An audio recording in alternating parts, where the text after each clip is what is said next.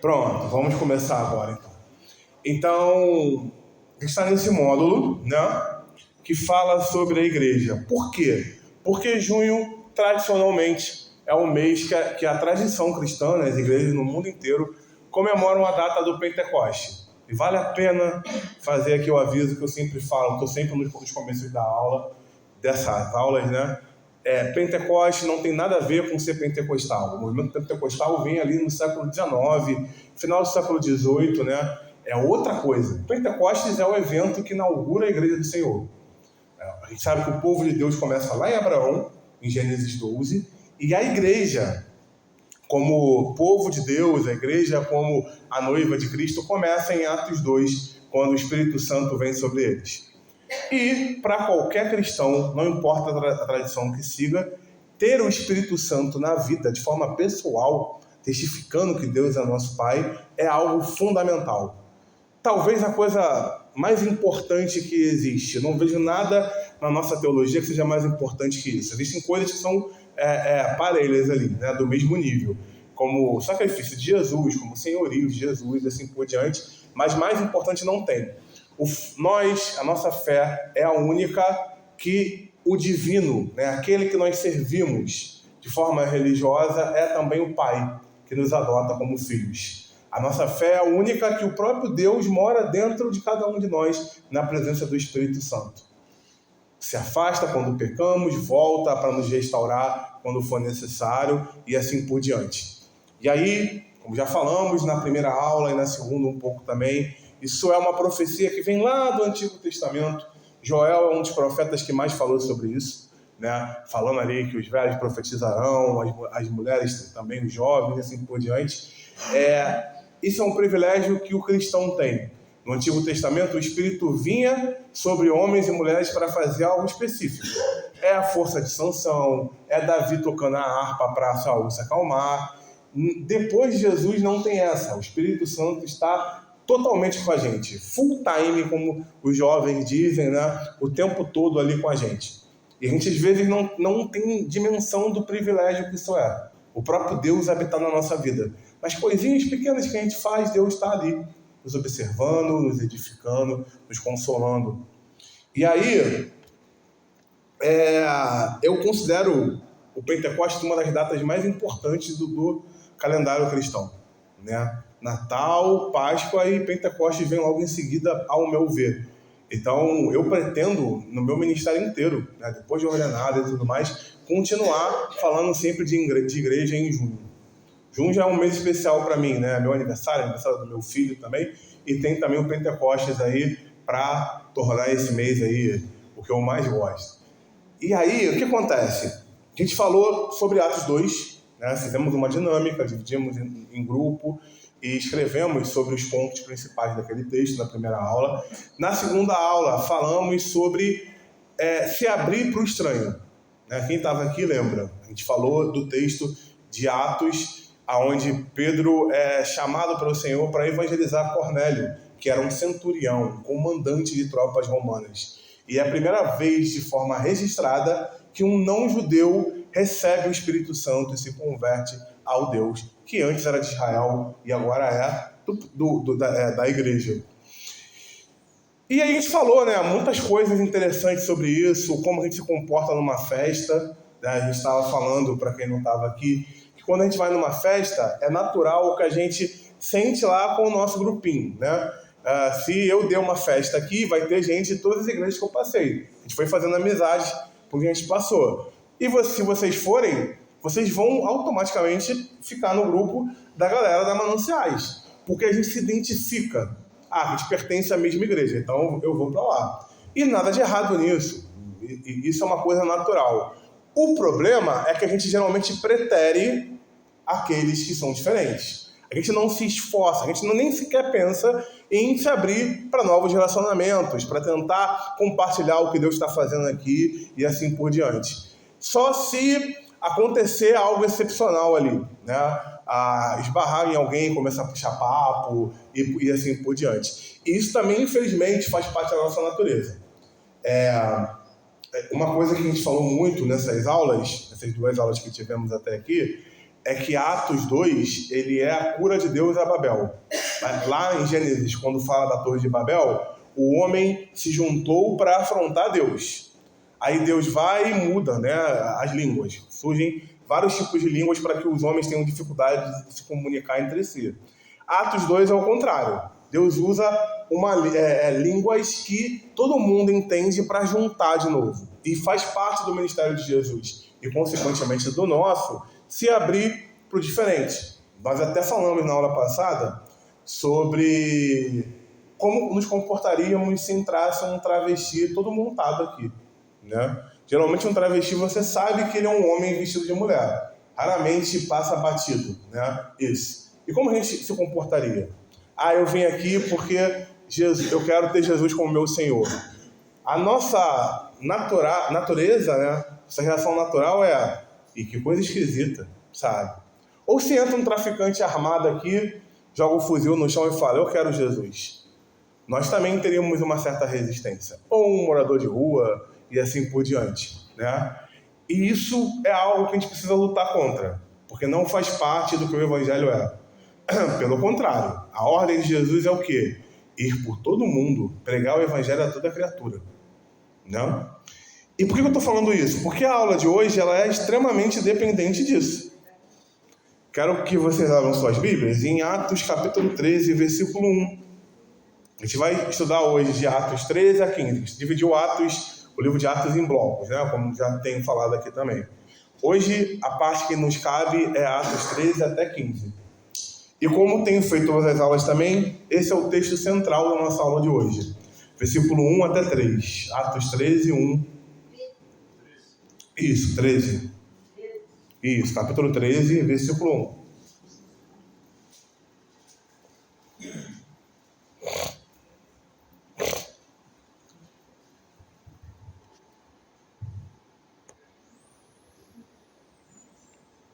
Atos 13, versículo 1.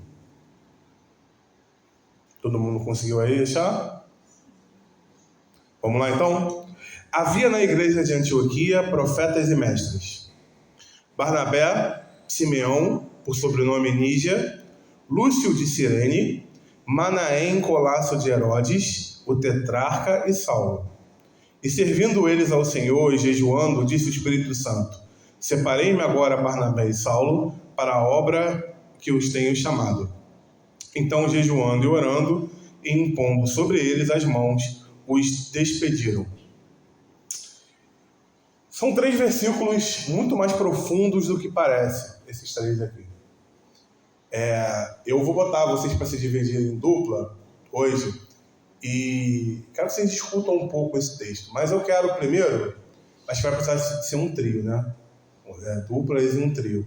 Mas primeiro, eu quero dar algumas dicas aqui sobre coisas importantes. Existe uma área da teologia chamada tipografia. E essa área estuda nomes, a origem das pessoas pelos nomes. Hoje, seria difícil fazer isso, porque eu posso estar assistindo lá um filme em Hollywood e querer colocar o nome do meu filho de Marlon Brando, que não tem nada a ver com o Brasil. Nessa época, não. Nessa época, os nomes eram extremamente regionais. Então, quando a Bíblia fala sobre Barnabé e Simeão, claramente são 2 judeus aqui, tá? Mas quando ela fala... Desculpa, Simeão não. Barnabé é um judeu. Mas Simeão, por sobrenome Níger, em algumas traduções em português já tem a ideia de negro aqui.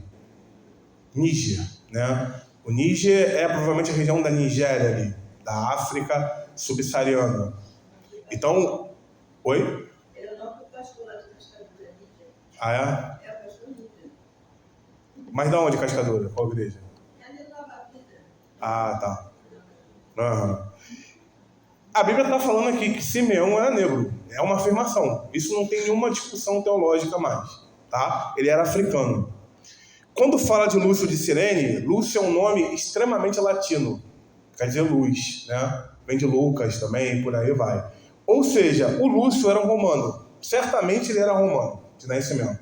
Romano mesmo, não é alguém de um lugar que Roma se apoderou e deu cidadania romana. Ele é romano de nascimento. Manaém, Colácio de Herodes. Manaém diz pra gente que ele era um homem de origem talvez até egípcia, mas Colácio quer dizer parente, quer dizer até irmão muitas vezes, de Herodes, que era o rei de Israel nessa época. Judá, né? Israel não tinha mais, mas o rei da Judéia ali, que servia a Roma. É o mesmo Herodes que o pai perseguiu lá os bebês para tentar matar Jesus. O mesmo parente de Herodes que foi comido de bicho, como a gente diz lá no corinho da Assembleia, lá no começo do livro de Atos. Então era alguém que tinha origem judaica ali, era um mestiço, mas de origem judaica, mas que estava ali entre o povo de Israel. Então esse cara era esse cara, tá? Manaém. Que era parente do próprio Herodes. Então era alguém que foi criado na família real, alguém de posses, alguém politicamente influente aqui. E Saulo, que sabemos bem quem é, o apóstolo Paulo, ex-fariseu e por aí vai. Então o conselho dessa igreja, para falar na nossa linguagem presbiteriana, era feito por essa galera aqui. Tá? E para deixar a coisa ainda mais interessante, a Bíblia fala que eles têm dons de profeta e de mestre. Tá? Ou seja, eles tinham dons da palavra que eram sobre exortação e sobre ensino também. Então essa é a característica dessa igreja de Antioquia. A aula é só sobre a igreja de Antioquia hoje praticamente, mas antes disso eu quero dar aí 15 minutinhos para vocês se dividirem em dupla e pensarem nesses 3 versículos, nas coisas que eu dei aqui de pista para vocês também, né? E aí vocês elegem uma pessoa da dupla para falar o que vocês pensaram e refletiram aqui no microfone, tá bom? Fiquem livres para se reunir com quem vocês quiserem aí como dupla, não vou intervir nisso. Precisa ser um trio, né? Pelo que eu estou contando aqui. 2, Vai precisar ser um trio aí.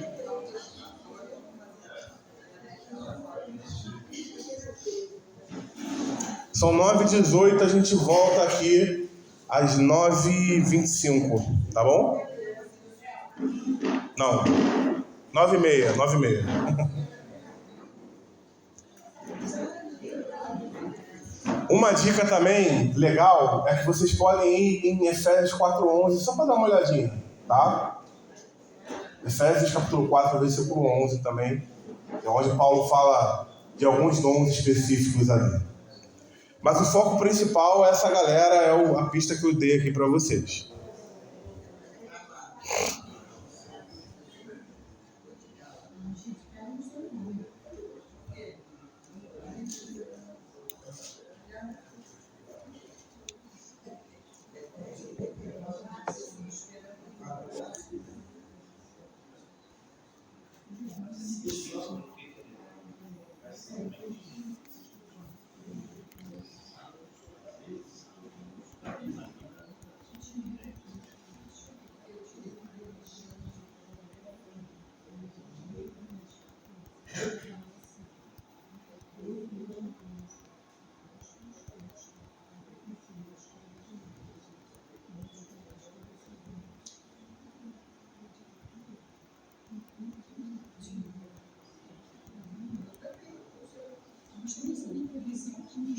Você vai agora me cobrar a Bíblia, cobrar óculos, vai cobrar mais o quê? Ah, por favor. Essa é o óculos de Bíblia, eu gosto agora. Esse é o Jesus.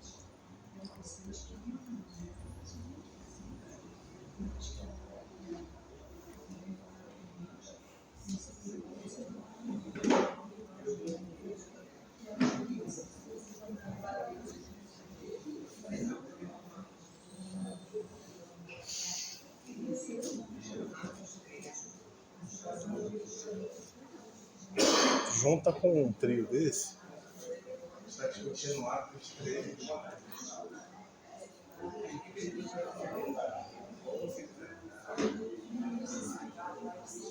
Aham.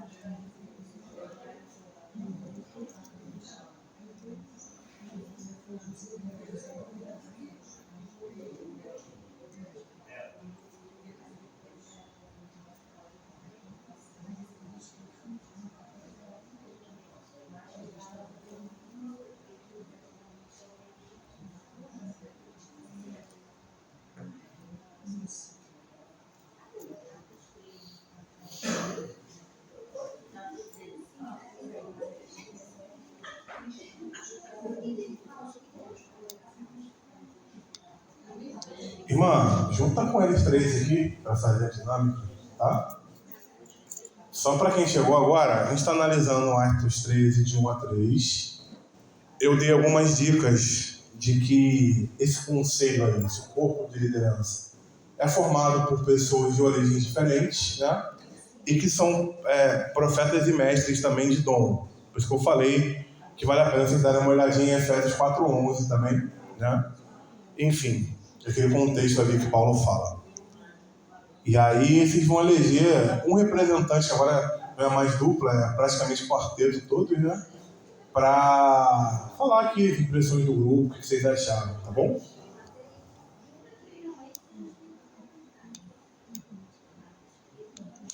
Ah, 5 minutinhos, tá, gente? Vamos acelerar aí.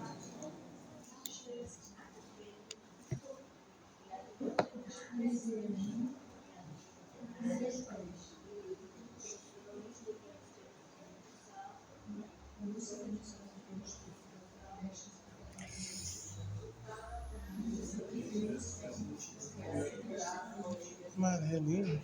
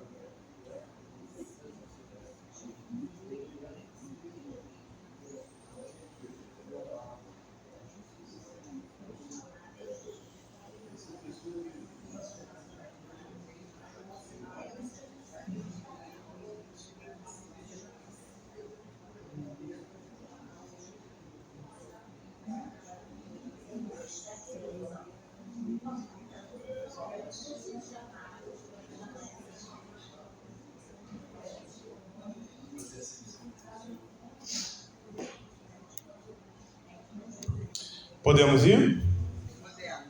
Podemos. Já tem aí o representante de cada... Laura?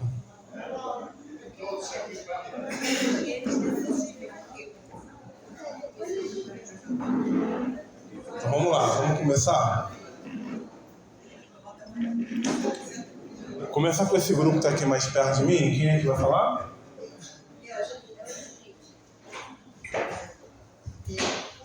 Então, nós destacamos que no início da igreja, a importância do chamado necessário, os dons, porque cada um deles, segundo Efésios, tinha um dom específico, o jejum e a oração e a obediência.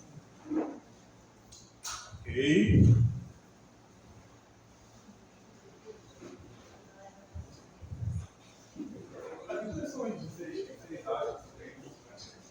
Bom dia, irmãos.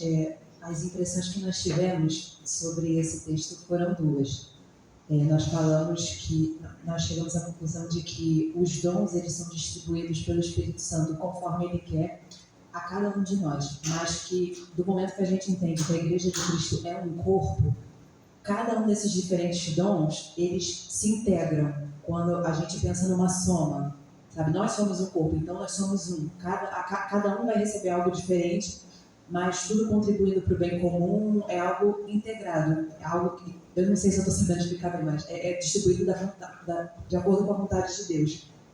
E a gente também estava pensando no seguinte, qual é o nome da senhora, irmã? Qual é o nome da senhora? A irmã Ana estava falando sobre a diferente origem, né, de cada um desses irmãos aqui que fala. Na igreja de Antioquia havia profetas e mestres. Barnabé, Simeão chamado Níger, Lúcio de Cirene, Manaém, que fora criado com Herodes, o tetrarca, e Saulo, que era de Tarso. E a gente vê que para os judeus recém-convertidos ao cristianismo, naquela época havia muito aquela coisa do nacionalismo. Nós somos judeus, nós somos o povo de Deus, os escolhidos, e o resto do mundo não é como a gente. E a partir do momento que Jesus vem e os judeus eles o rejeitam, nós fomos enxergados nesse plano de salvação, nós os gentios. Talvez hoje em dia, para nós cristãos, essa coisa da nacionalidade de cada um não seja algo tão relevante. A gente não vai enxergar diferente um irmão que é dos Estados Unidos, o irmão que é da Itália, o irmão que é da África do Sul. Mas o que a gente estava comentando aqui é que isso não pode, por exemplo, ser motivo de acepção de pessoas entre nós, pensando na origem de uma pessoa não nacional, mas no passado que ela teve antes de Deus, porque Deus ele é capaz de transformar. Se o irmão antes de Cristo ele era, enfim, um traficante, uma pessoa que se prostituía, a gente não pode olhar de forma diferente. Naquela época, para aqueles judeus era a nacionalidade, mas hoje para nós a acepção que a gente poderia fazer seria algo diferente, mas a gente precisa confiar que Deus ele é suficiente para transformar a vida das pessoas.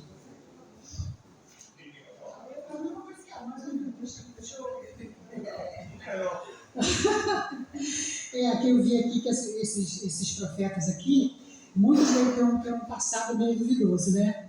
O Saulo, que era terrível, né? Converteu o evangelho, e teve um aqui que era o Barnabé, né? Que era uma pessoa criada no evangelho, e foi no Hermes, ele vendeu tudo que ele tinha, né? Para dar aos pobres, né? Mas para Deus, isso aqui, nada disso importa, porque nós também somos pecadores, Deus nos transformou. E através da disposição deles de aceitar Jesus, todos eles foram transformados para pregar o Evangelho e foram homens maravilhosos, né? Que hoje em dia nós estamos aqui falando sobre eles, né? Tá? Eu também entendi a mesma coisa. Tá bom. Vou voltar para cá.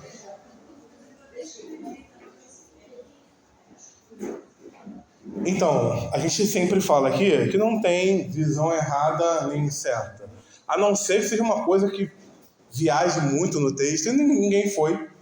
Colocações excelentes de vocês. Vocês frisaram algo que é realmente a parte mais importante do texto aqui. A pluralidade desse corpo de liderança aqui, né?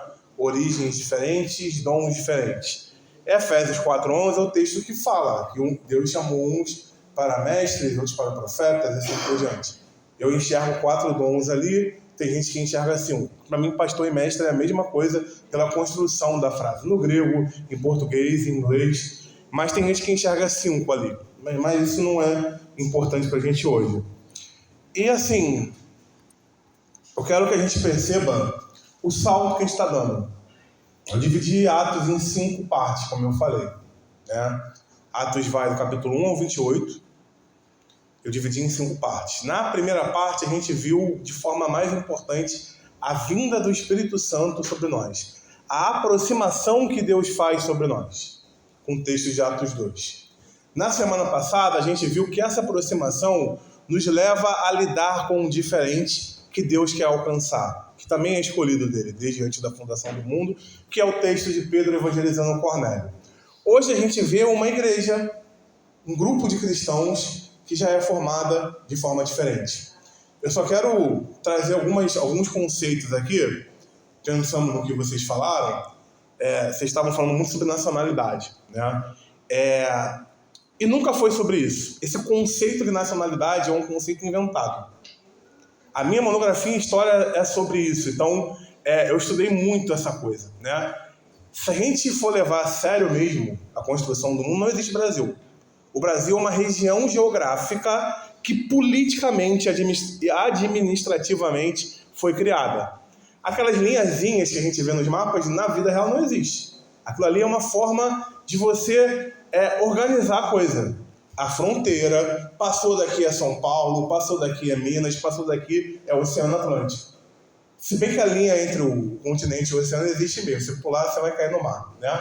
Mas assim, o nacionalismo é uma construção com várias intenções, tem a sua importância, sem dúvida, porque seria uma loucura se não existisse nações, né, como estados nacionais aí, a coisa fica mais organizada. Mas é sobre etnias, sobre origens étnicas. Porque lá na Judéia tinha gente de tudo quanto é lugar. Roma estava dominando aquilo ali. Tinham vários soldados romanos de nascimento ali. Cornélio era um que se converte, que a gente viu na semana passada, né? Só que eles faziam parte da Judéia também. Embora a maioria, as pessoas que nasceram naquela região e que se entendiam como judeus. Mas era uma questão étnica. Por que alguém é judeu? Porque é descendente biologicamente, na carne, como diz Paulo, de Abraão. E hoje também é assim. Qualquer curso de missiologia vai trabalhar a ideia de que você não vai mais evangelizar em Angola.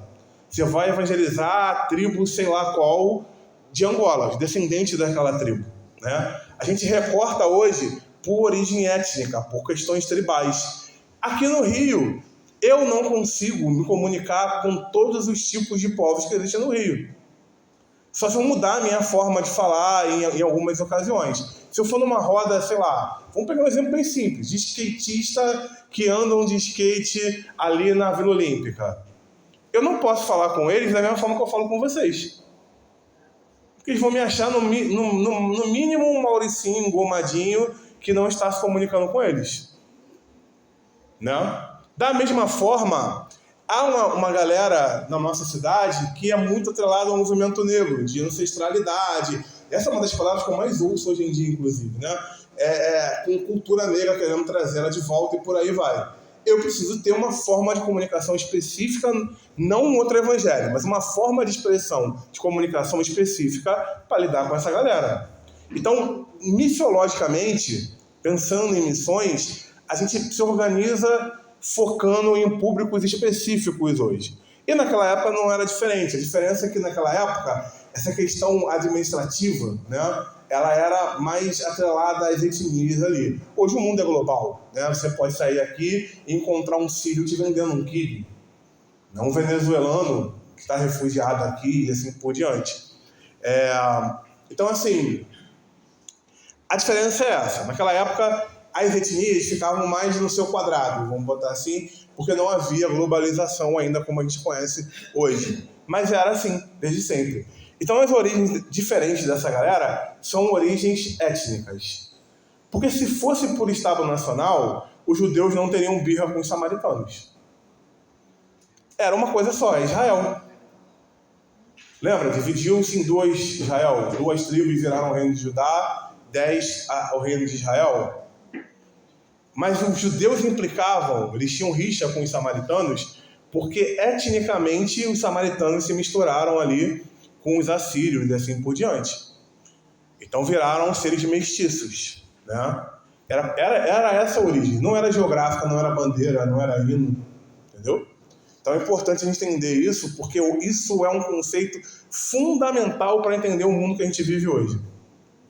Se a gente quer alcançar um público, eu passei aí por, dentro da IPB, 4 igrejas diferentes, porque a minha condição de candidato a pastor evoca isso, tá numa igreja diferente a cada ano. E são igrejas radicalmente diferentes entre si.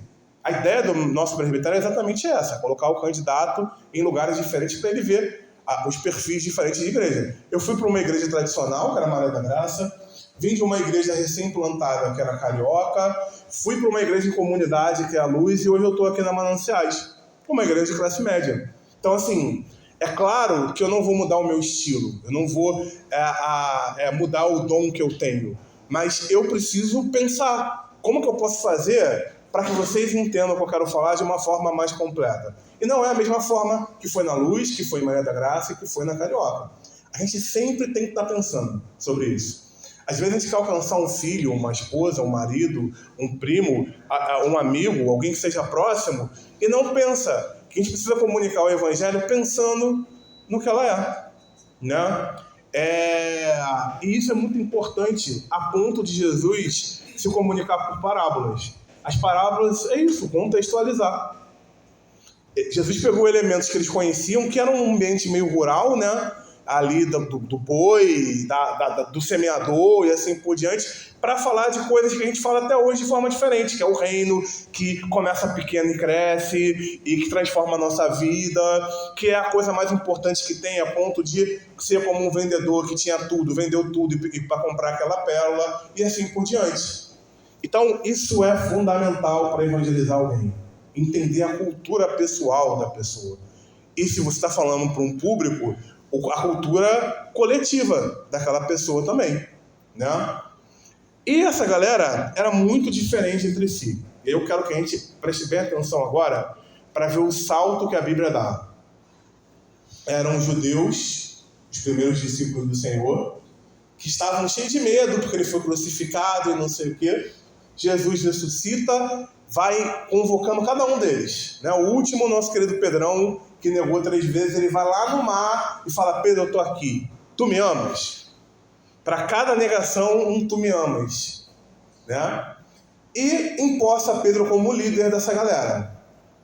E aí eles se juntam, Jesus vai ascender, e até com Jesus ascendendo, eles teimam em não entender o que ele estava falando. Mas quando tu vai restaurar Israel, a treta de 3 anos ainda estava ali. Pô, tu não vai restaurar Israel, tu não vai tirar Roma daqui, não sei o quê.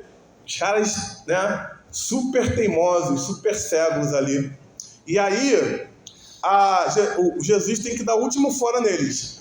Vocês não sabem o tempo que isso vai acontecer. Me obedecem, vão ser minhas testemunhas em Samaria, aí nos confins da terra, em Jerusalém, Samaria e nos confins da terra. Ou seja, para o povo de vocês, para o povo que vocês odeiam e para todos os outros povos que existem no mundo. Mas eles insistem, agora a gente está com o espírito, vamos ficar aqui, é tão bom, vamos ficar aqui até morrer, nós somos amigos, nós nos amamos. Aí um deles morre, que é Estevão, apedrejado. E aí eles se espalham, começam a cumprir na marra o que Jesus tinha mandado, e se espalharam. Filipe vai lá no deserto, encontra um eunuco etíope, então a palavra de Deus já chega na Etiópia. Ele vai para Samaria para poder organizar o que a mulher samaritana lá em João 4 começou, né? E Deus faz Pedro ter um sonho mirabolante sobre animais que eram impuros, que ele poderia comer, para quebrar o preconceito dele de pregar para quem não era judeu. E vai logo num comandante de tropas romanas, um centurião. Eu até falei, lembra? Capacete com penugem de romano é quem comandava as tropas. O soldado romano comum não tinha aquela pena, né? E aí Cornélio se converte, é o primeiro não-judeu de forma clara registrado na Bíblia a se converter. Foi o que a gente viu na semana passada. E agora a gente fala de uma igreja completamente plural etnicamente. E de dons também. É interessante a gente pensar nos dons. Mas, de novo, entra naquela coisa que a gente tem uma fixação com dom, né? Você tem que descobrir o seu dom, isso é muito importante, e por aí vai. Sendo que para Deus o dom é tão importante quanto a tua origem étnica, tão importante quanto a tua personalidade, o teu temperamento. Deus usa isso tudo. Porque isso tempera os nossos dons. Eu já falei isso aqui algumas vezes. Quem tem dom de ensino como eu tenho, ensina de forma completamente diferente de mim. Porque eu tenho uma personalidade específica e a outra pessoa tem a personalidade dela, né? Então, assim, a construção que somos não é feita de uma coisa só.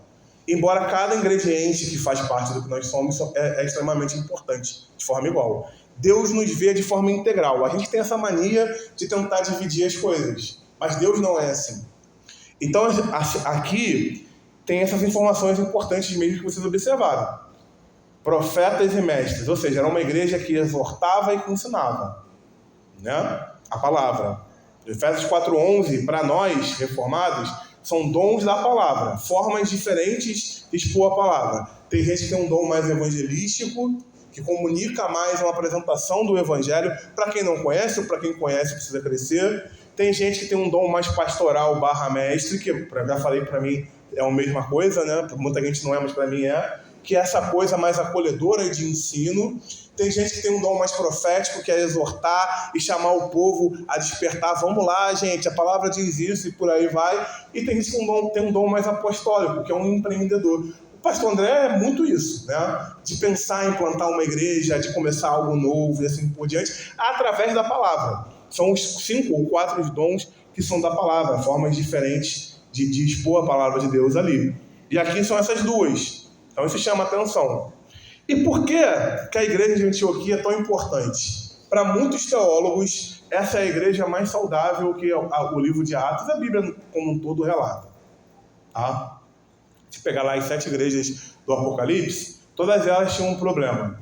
Uma não tinha, é só elogiada por Jesus, mas era uma igreja bem pobre. Não tinha aqui a expressão que essa igreja de Antioquia poderia ter. Porque aqui tinha até parente do rei de Israel, tetrarca lá, o Herodes. Tinha romano, né, de nascimento. Tinha Barnabé, que era um judeu que tinha uma certa condição boa, até como a Dorcas lembrou, vendeu lá o que tinha para entregar aos apóstolos. E tinha Paulo, um ex-fariseu, que perseguia cristãos. E por que a igreja de Antioquia é importante demais para a gente? O primeiro lugar que nós fomos chamados de cristãos é que as pessoas olhavam e falavam, eles são tão parecidos com Cristo. Era até, muitos dizem até que era uma forma de deboche, mas que foi usado pelo Espírito. Eles querem ser como Cristo, são pequenos cristos, são cristãos, que é o que significa cristão. E a segunda coisa é que essa igreja, a partir dela, que você e eu estamos aqui hoje. Porque foi ela que espalhou de vez o evangelho para os 4 cantos da terra. Né? Versículo 2 fala que eles estavam jejuando e orando no Espírito Santo. E aí o Espírito fala, separa para mim aí Barnabé e Paulo, ou Saulo. Paulo não mudou de nome, tá, gente? Isso é errado. Só que Saulo é a versão hebraica e Paulo a grega. Ele não é igual Pedro, que era Simão e virou Pedro. Quer falar? Não. Ah, tá. Não é igual. Jesus não mudou o nome de Paulo. É o mesmo nome, só que em hebraico é uma coisa e em grego é outra. Tá? Tanto que aqui ele já estava de boa. Era líder de igreja e tudo, está sendo chamado de Saulo por Lucas. Quando Pedro muda para Pedro, há claramente uma chave ali. Ou Abraão com Abraão e por aí vai. Há claramente uma virada de chave. Né? E o versículo 3 fala que eles continuam jejuando e orando e impondo a mão sobre eles. Enviaram Paulo e Barnabé para as missões. Que é o que a gente vai ver a partir da semana que vem. Uma igreja que se movimenta. E me chama a atenção o versículo 2, porque a gente fica pensando nessa igreja como a gente fez agora, e vocês veem algum problema nessa igreja aqui? No texto que a gente leu? Na verdade, ela estava cumprindo tudo o que Deus quer. Era uma igreja etnicamente plural, uma igreja que focava no ensino e na aplicação do ensino, profeta e mestre. Era uma igreja grande, que crescia cada vez mais a ponto das pessoas de fora olharem e falarem: eles querem ser como Cristo. Jesus fala lá em João que se a gente amasse uns aos outros, o mundo saberia que somos dele. Então não estava cumprindo tudo, praticamente. Se tem uma igreja que chegou perto de ser perfeita, é essa aqui. Não é Jerusalém, não é Éfeso, não é nada. É essa aqui. Não que ela fosse. Com certeza ela tinha os defeitinhos dela lá. Ser humano, né? Ser humano estraga tudo que tá.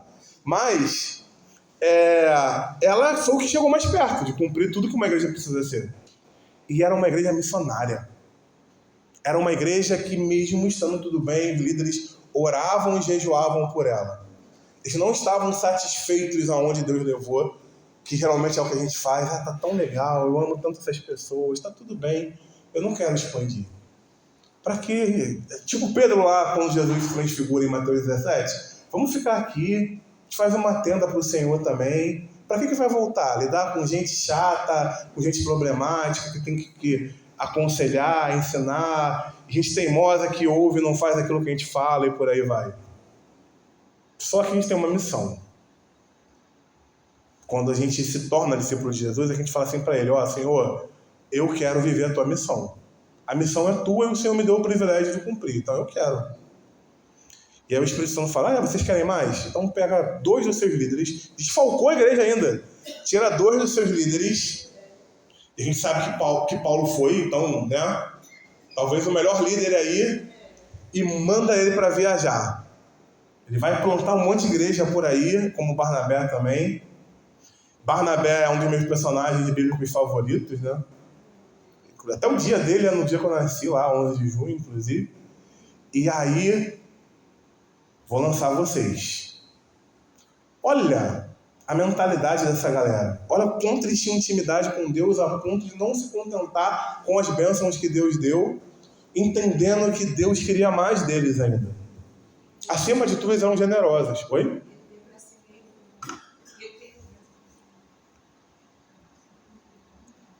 O grande texto de discipulado na Bíblia é um dos que está aqui gravado.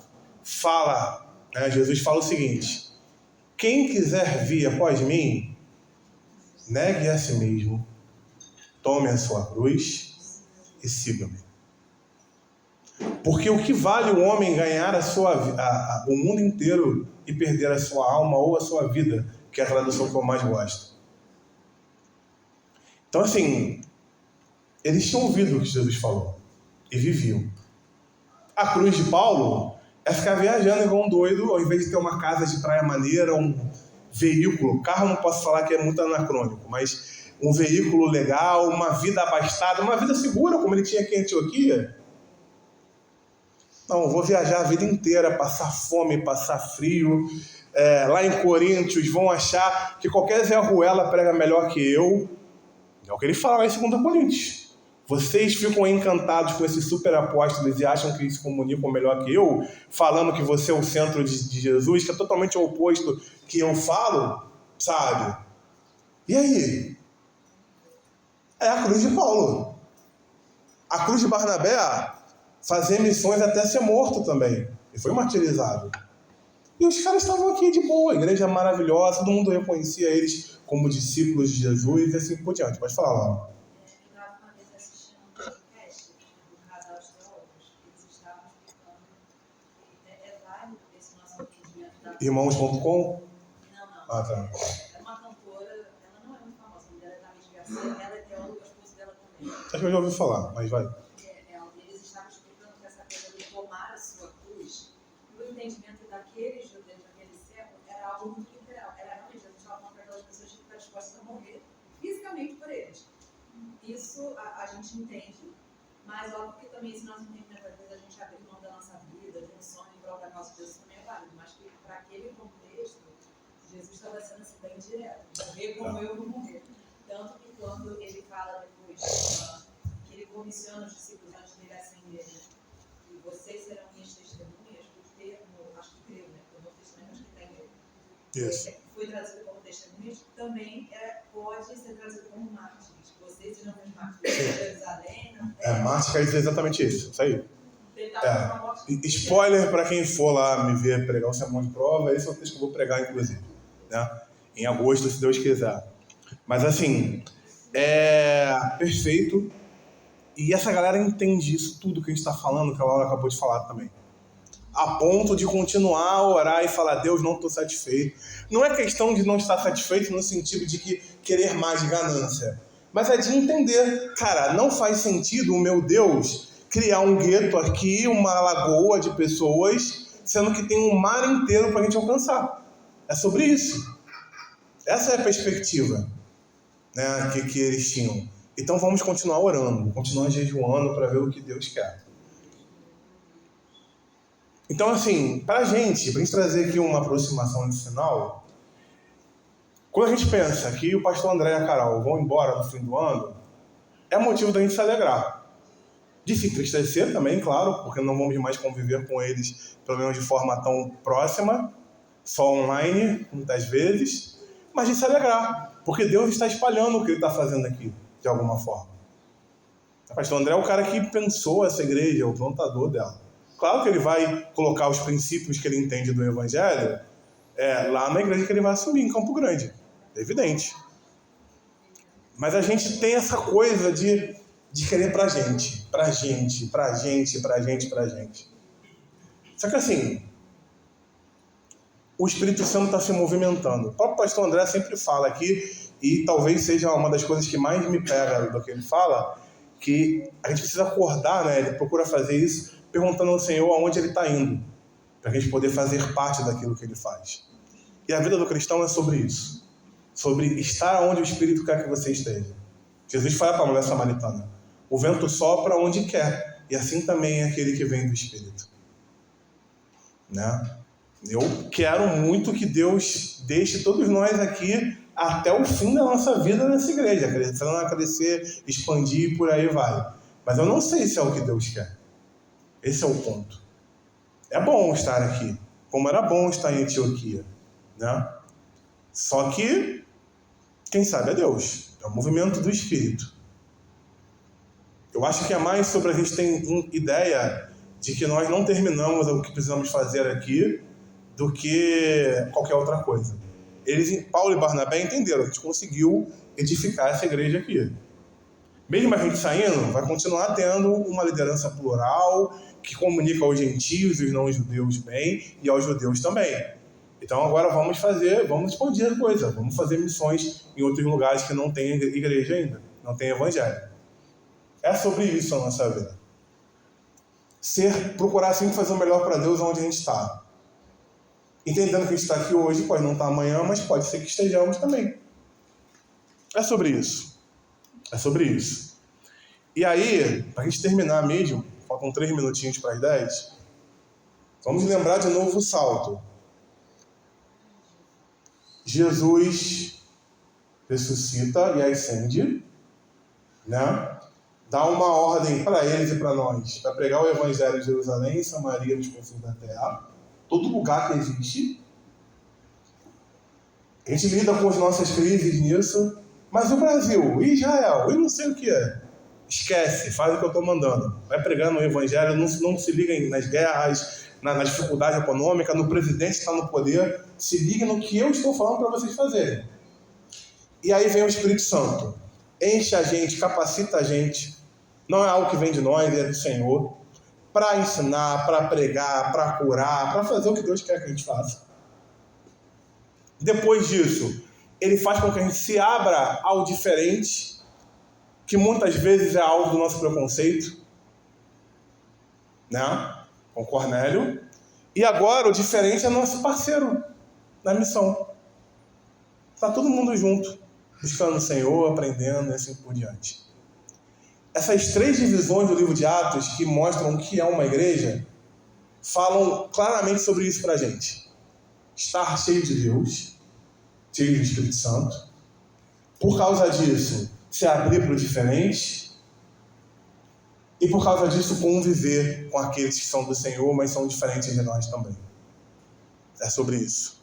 Talvez o diferente seja seu filho, sua filha, seu marido, seu pai, sua mãe, seu amigo, seu colega de trabalho. seu amigo de igreja, seu irmão de igreja. Pode ser. Mas o Senhor te chama para estar cheio do Senhor, cheio do Espírito Santo, e lidar com esse pessoal. Porque isso é ser igreja. Quando a gente está cumprindo isso daqui, nós estamos sendo igreja como Deus quer que a gente seja. O grande erro de Israel foi se fechar em si mesmo. Quando Deus nunca quis isso. Deus sempre quis que aquele povo vivesse tanto com Ele a ponto de espalhar quem Ele é, a sua palavra, como viver com Deus para o resto do mundo. E aí eles não quiseram. Aí Deus obrigou eles a fazerem Jesus. Porque Jesus é Israel. Jesus é o Israel perfeito de Deus. E através disso Ele chama a gente para cooperar na missão dele. Se a gente não entende isso, mas não somos discípulos de Jesus. Está entendendo o Evangelho de forma bem errada. E aí não é sobre a África, não é sobre ir para a China, é sobre aqui, onde a gente está. Indo por todo mundo. Estou indo ao mercado? Vamos lá, viver o Evangelho e pregar. Estou indo na farmácia? Vamos lá, viver o Evangelho e pregar. Estou indo trabalhar? Vamos lá, viver o Evangelho e pregar. Estou indo para uma festa de família? Vamos lá, viver o Evangelho e pregar. É isso que Deus quer de nós. Então vamos orar? Senhor, obrigado por ter entendido que ser igreja é estar cheio de Ti, é se abrir para o diferente, é conviver e amar o diferente. Obrigado por isso, Senhor, porque esse livro que é tão fantástico, Pai, é um livro que nos ensina como o Senhor quer que a gente viva, Pai. A Bíblia, Senhor, tem muitas coisas práticas que às vezes a gente romantiza ou quer dar um quê de sobrenatural. Mas no fundo, Senhor, o Senhor está sempre apontando para a gente como devemos fazer. Obrigado porque o Espírito Santo nos dá sabedoria para entender o que é necessário, Pai. Como ter uma vida de oração, como eu falei ontem lá no evento da Federação dos Jovens, como viver de forma missional, que é o que a gente está estudando esse mês, como igreja, como fazer qualquer coisa, Senhor. A Tua palavra tem direções práticas para nós. Obrigado por isso, porque a Tua palavra é a fonte da nossa vida, porque queremos ser como Jesus fala nos Evangelhos, aqueles que constroem a nossa vida, a nossa casa, o nosso lar na rocha que é a Tua palavra e não na areia, Senhor. Nos ajuda a ser assim, porque sem Ti nada podemos fazer. E que a gente possa contar uns com os outros nessa caminhada também, para enxergar os nossos pontos cegos, aquilo que a gente não consegue enxergar em nós. Te amamos no nome de Jesus. Amém.